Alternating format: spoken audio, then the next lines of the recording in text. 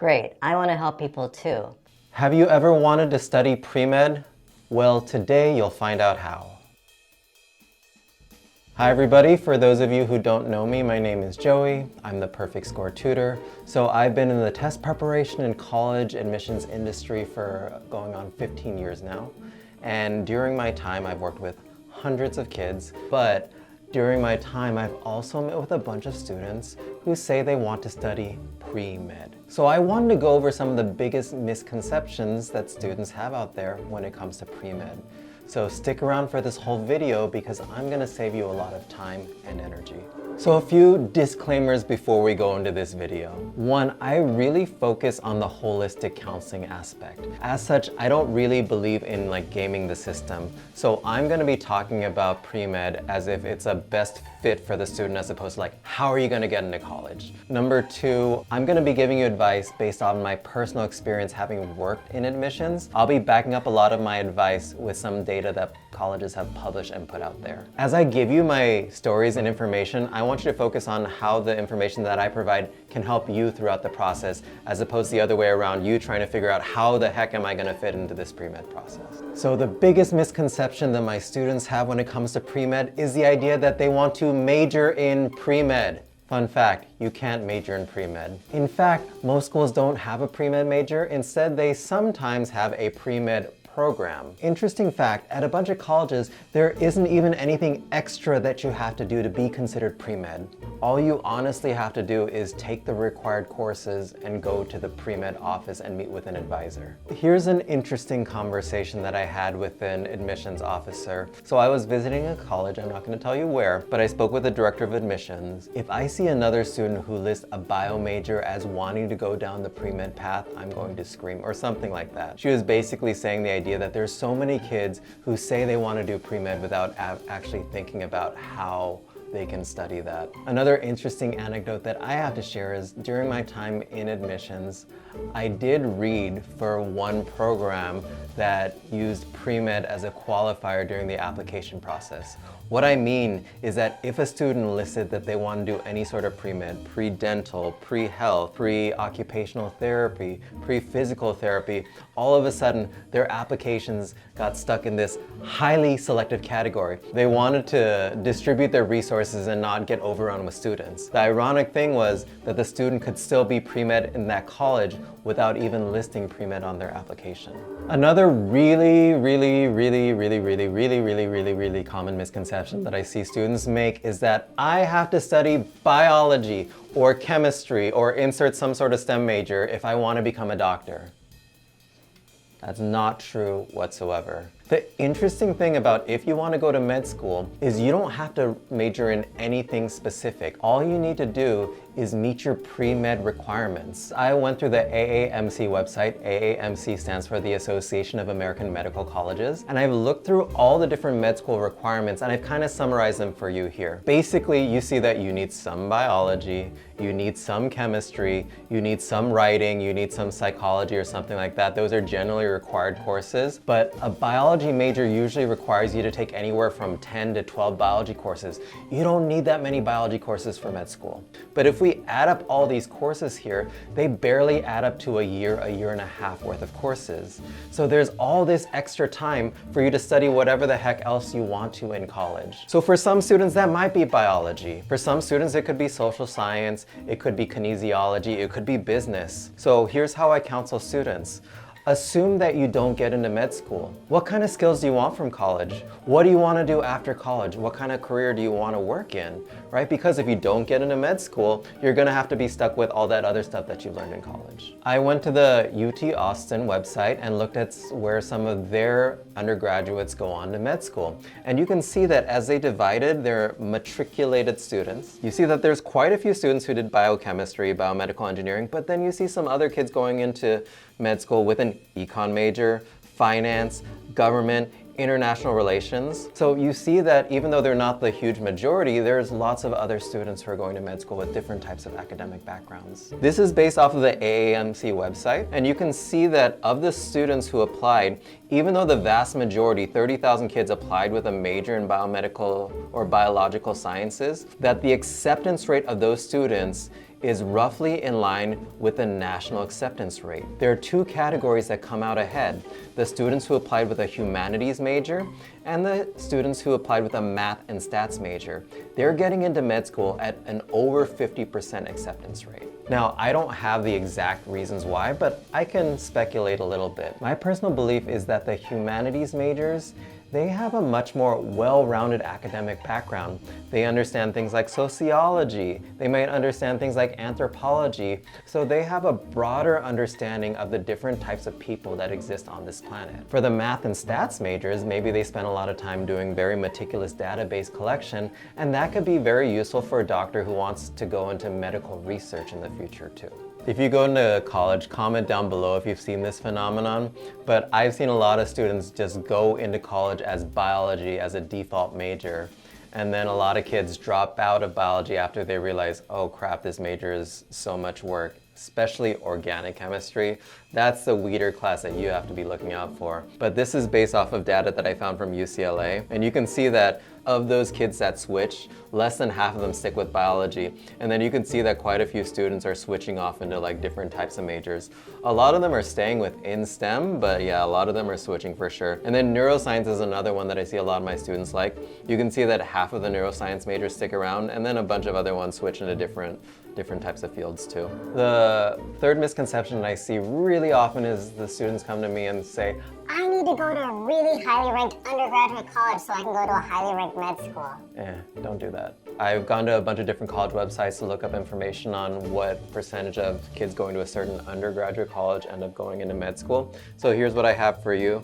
This is from UC San Diego, which is known to be a research hub. They're ranked highly by whatever standards you may want to use. And you can see that of the last 5 years, every single year, the kids getting in are getting in at roughly a 40% acceptance rate, and then that's under the national average. So on a typical year, Berkeley has around like 700-ish students applying.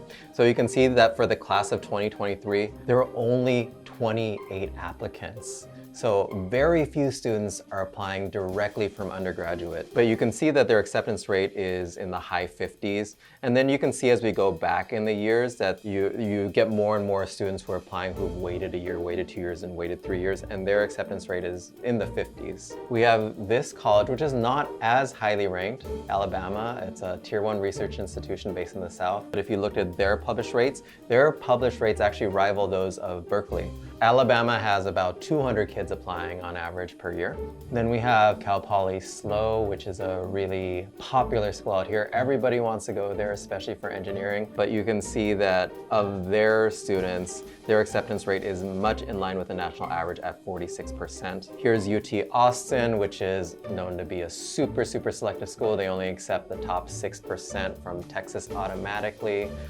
They don't accept any kids from out of state. Oh my gosh, they're just legally required to limit the number of out-of-state applicants. So even my students with like 1600 SAT and 4.8 GPAs aren't getting in.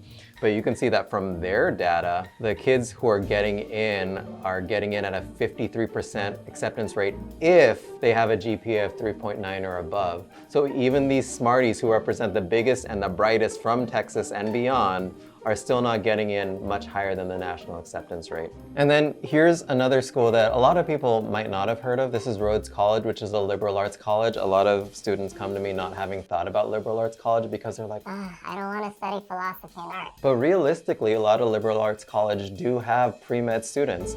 And so this is from their website. 86% of its graduates with a GPA of 3.4 or higher and an MCAT score above the 50th percentile were accepted into medical school. So you have to approach all these data with a discerning eye because you can't just look at the data broadly, but it does look like they do have quite a bit of success when it comes to medical school acceptance. And here's my theory on this. These students have a lot smaller cohort. They get a lot more individualized advising when it comes to the pre-med process, and they get some phenomenal letters of recommendation. When you go to a large school, you have 700 out of the kids applying to medical school, the process can be a little bit more depersonalized. When you're going to a school, when your entire class is maybe 700 kids or even smaller, you're getting much more one-on-one attention and you're getting a much more personalized, well-resourced journey. So then maybe you're looking at this data and it's like, oh crap, If I want to go to med school, then I need the highest GPA possible and the highest MCAT score possible. That's true, and that's something that I advise a lot of my students.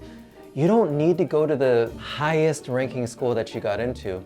You want to go to a school where you can perform your best, feel like you fit in socially, feel like you have the opportunities that you can take advantage of. But remember, just like for undergraduate, med school is not just about GPA and MCAT score. There's so much more beyond that. So this is again off the AAMC website, but they're just listing kind of the competencies that they want their med school applicants to have. And so if you think about it from the academic standpoint, there's realistically only two things that fall under that academic competency. This is under the science competencies category. You have human behavior and living systems. So the thing with the STEM stuff is it's great to study biology in med school, but they're gonna tell you to forget all that and they're gonna teach you what they want you to learn in med school, right? So the biology is kind of the background, the underlying foundation.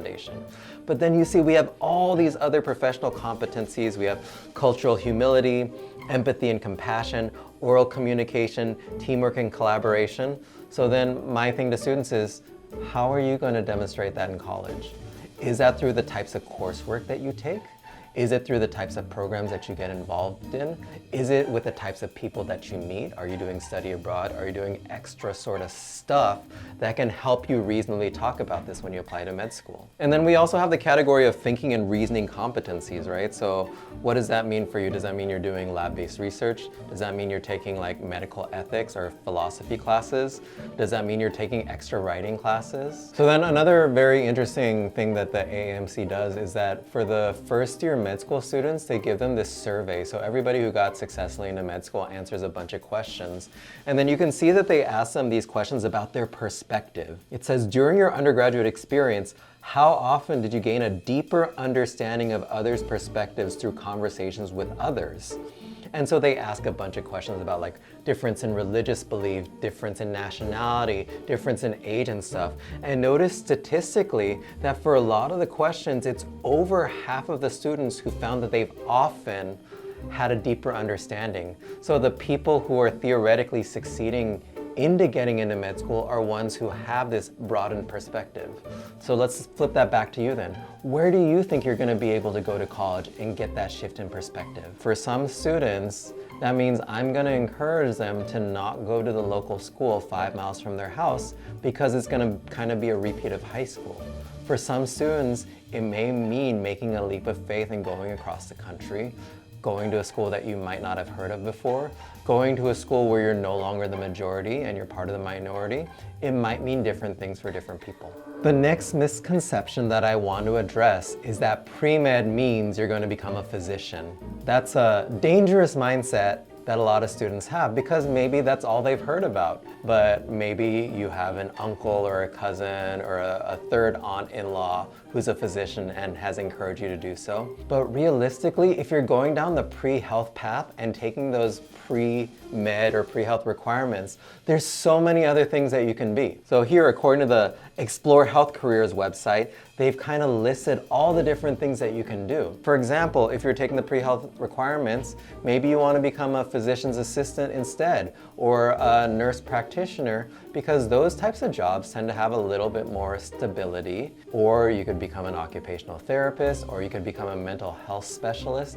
There's so many ways that you could commit to a career in pre-health without necessarily going into the huge time commitment and the huge financial commitment of medical school. Here's another really common misconception that I need to dispel a little bit, is that undergraduate plus med school is going to require 8 years of time commitment as well as 8 years of financial commitment. Now on the surface, this makes a lot of sense, right? Undergrad is usually 4 years, medical school is usually 4 years. People understand that there's residency and fellowship and all that other stuff that comes after med school. But what people don't realize is that there's a trend now that more and more students are taking time off between undergraduate college and medical school. Based off this first year survey of med school students that AAMC asked how many years did they take off between undergraduate and med school, you can see here that it is a minority that that's getting in directly out of undergraduate college, it's less than 30% now. Almost 50% of people are waiting 1 to 2 years. There's also a cohort of people who are waiting more than 2 years.